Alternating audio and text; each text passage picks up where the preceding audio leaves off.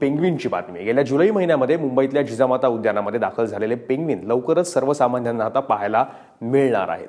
त्यासाठी पेंग्विनची क्वारंटाईन कक्षातून आता प्रदर्शनी भागात रवानगी करण्यात आली आहे। या नवीन जागेला ते सरवले की 8 दिवसानंतर हा कक्ष सर्वसामान्यांसाठी खुला होईल।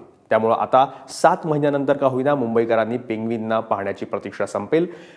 हे प्रदर्शन कसं असणार आहे आढावा घेतलाय आमच्या प्रतिनिधी मनश्री पाठक यांनी।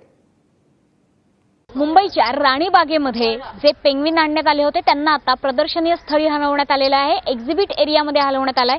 त्या पेंग्विनसाठी खास हंबोल्ट पेंग्विन कक्ष सुद्धा तयार करण्यात आला आहे। हा कक्ष साधारणतः 1800 स्क्वेअर फीट अंतरावरती पसरलेला आहे। त्यापैकी 400 स्क्वेअर फीट अंतरावर या पेंग्विनसाठी पोहण्यासाठीची सोय म्हणजे खास पूल एरिया सुद्धा तयार करण्यात आलेला आहे। इथलं तापमान सुद्धा त्या पेंग्विनना साजेसं सुटेबल होईल या प्रकारेच मेंटेन करण्यात आलेलं आहे। साधारणतः 15 ते 16 डिग्री सेल्सिअसचं तापमान इथे ठेवण्यात आलेलं आहे।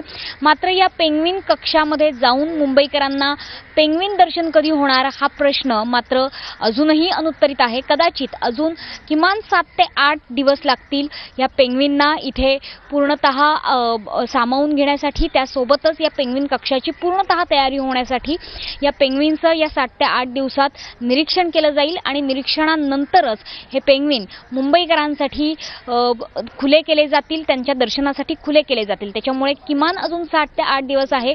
7 ते 8 दिवसांची वाट बघावी लागणार आहे मुंबईकरांना या पेंग्विनच्या दर्शनासाठी।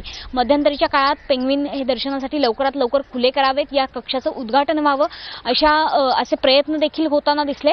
मात्र आता मुंबईच्या नवीन महापौरांच्या काळातच या नव्या हंबोल्ट पेंग्विन कक्षाचं उद्घाटन होणार आहे।